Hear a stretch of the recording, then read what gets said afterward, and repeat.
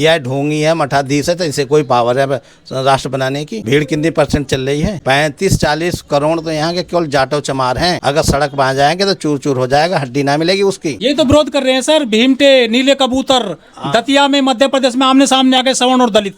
जब सामने की बात आती तो आते क्यों हैं? जब सामना करना पड़ता तो पीछे हो जाते हैं, उसके बाद पीछे से चलने लगते हैं सब। तो सिर्फ फुटबॉल की स्थिति हो गई है सर देश में। वो तो सिर फूटेगा, आपस में मरेंगे, लड़ेंगे। जब ऐसी स्थिति आएगी तो सारे सड़क पे आएंगे। सड़क पर आने से क्या ये हिंदू राष्ट्र बन जाएगा? जब वो नहीं मानेगा तो सड़क पर आना पड़ेगा।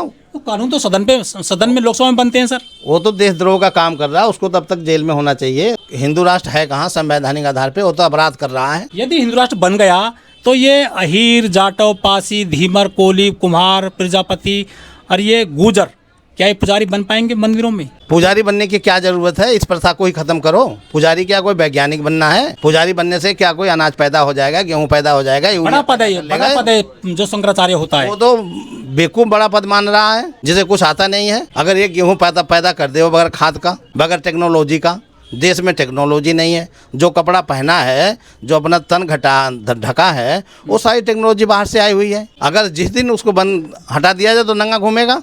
अगर कहता है विदेशी का कपड़ा मत पहन तो नंगा घूमेगा। अगर उसके देश में भी अगर वो कपड़ा पैदा हुआ है। भगवाधारी है जो इनको चर्बी चढ़ रही है, हम लोगों के पैसे से चढ़ रही है। जो पैसे मंदिर में चढ़ाए जा रहे हैं, जो हमारे लोग जा रहे हैं, इनको चर्बी चढ़ रही है। जिस दिन चढ़ाना बंद कर दें तो उस दिन चर्बी उतर जाएगी इनकी। लेकिन हिंदुओं को मजबूत कर रहे हैं, कह रहे हैं मुसलमान भी इस देश में रहेंगे, भगाए नहीं जाएंगे, ना पीटे जाएंगे। वो भी कितना बड़ा दिल दिखा रहे हैं वो। उसके कहने से क्या हो जाएगा? वो कि ठेकेदार हो रहा है यहाँ का। धीरेन्द्र शास्त्री यहाँ ठेकेदार हो रहा है सबका। तो ऐसी यात्राओं पर सुमोटो क्यों नहीं ले रहा है कोर्ट? कोर्ट क्यों लेगा? कोर्ट में जाओगे तब तो प्रशासन को लेना चाहिए ना। लॉ एंड ऑर्डर की समस्या ले लेगा। लॉ एंड ऑर्डर की समस्या हो सकती है ना आगे जा करके। लॉ एंड ऑर्डर तो पास करेगा प्रशासन, करेगा पास इसको। प्रशासन इसका समर्थन कर रहा होगा कहीं ना कहीं। नमस्कार, मैं ओमदेव। आज हमें गाजियाबाद में हमारे साथ जो एडवोकेट है, इनका नाम है राम अवतार। राम अवतार जी जो कथावाचक हैं, धीरेन्द्र शास्त्री युवा हैं, वो यात्रा निकाल रहे हैं। कह रहे हैं कि हम हिंदू राष्ट्र बनाएंगे, वो सनातन राष्ट्र बनाएंगे, सनातन एकता पैदल यात्रा निकाल रहे हैं वो देश में। पूरे मामले को आप किस तरह से देखते हैं? वो हिंदू राष्ट्र के संगठन में वो जातियों का संगम कितना है? कौन अध्यक्ष है, कौन सचिव है, कौन कौन से जातियां उनको मिली हुई हैं? उसमें ओबीसी के हैं, ओबीसी में बहुत सारी जातियां हैं, मौर्य हैं, यादव हैं, गुजर हैं, एससी में चमार हैं, पासी खटीक, ये सभी लोग हैं। तो उसके संगठन में ये कितने लोग उसके पदाधिकारी हैं और जो हिंदू राष्ट्र का उसके समर्थन कर रहे हैं। दूसरी बात यह है कि वो जाति का ब्राह्मण है और ख़ास तौर से उसे विदेशी भी लोग कह रहे हैं। तो उसके साथ उसके संगठन में कितने उसके लोग हैं जो उसको चल रहे हैं? बताया जाता है कि वो 3% है। तो 3% से क्या राष्ट्र बनेगा? वो तो वही राष्ट्र बना ले अपना जहाँ से आया है। तो राष्ट्र बनाने में अभी पत्थरबाजी हुई थी उसके ऊपर, तो लोग विरोध कर रहे हैं। लेकिन उसका राष्ट्र, हिंदू राष्ट्र बनाने का मकसद क्या? हिंदू शब्द भी तो नहीं है संवैधानिक।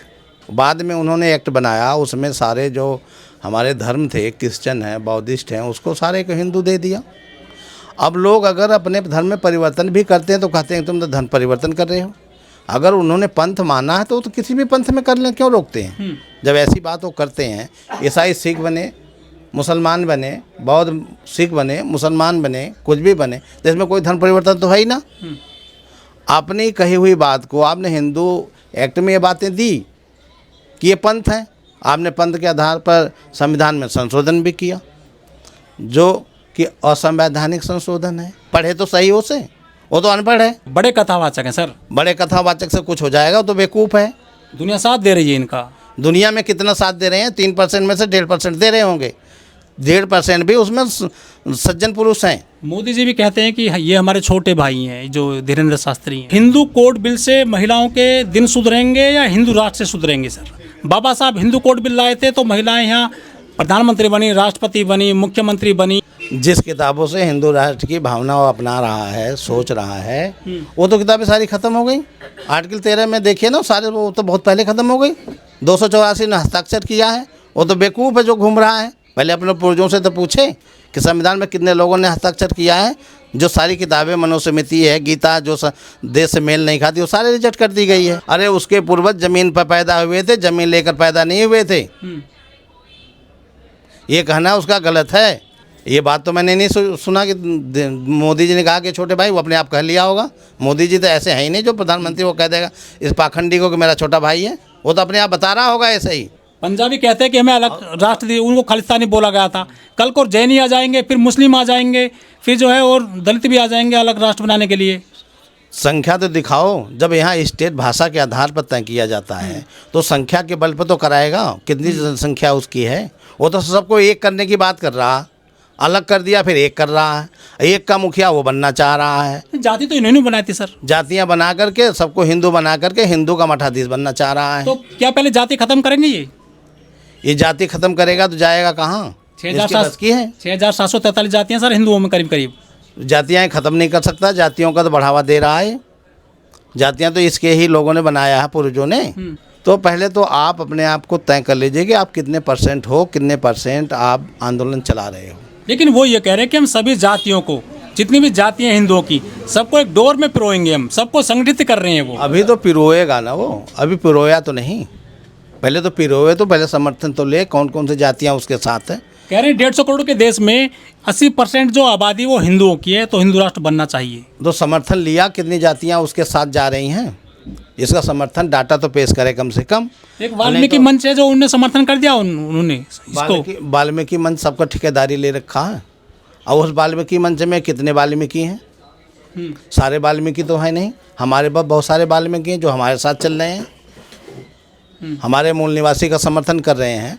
उसके 10-20 मूल वाल्मीकि मिल गए तो उसने एक अपने लोगों को पैसा दे करके संगठन बना करके कह दिया कि वाल्मीकि मेरा समर्थन कर रहा। ये तो षड्यंत्र कर रहा हो एक तरह से, देशद्रोही है उसका मामला। उसको तो जेल में डालना चाहिए। संवैधानिक नहीं है ऐसा मामला। तो सरकार का समर्थन उसको प्राप्त है, उसके कहने से कुछ भी नहीं हो पाएगा। आगे मामला और बवाल होगा इसमें। संविधान में जो सेकुलर वर्ड की बात कर रहे हैं, ऐसा नहीं है, शब्द जो बदलते रहते हैं। इसकी व्यवस्था बाबा साहब ने बहुत पहले कर दिया। वो तो संविधान आज भी पढ़ करके संविधान लिख नहीं सकता हो। वो पढ़ा लिखा कितना है और कितना समझता है।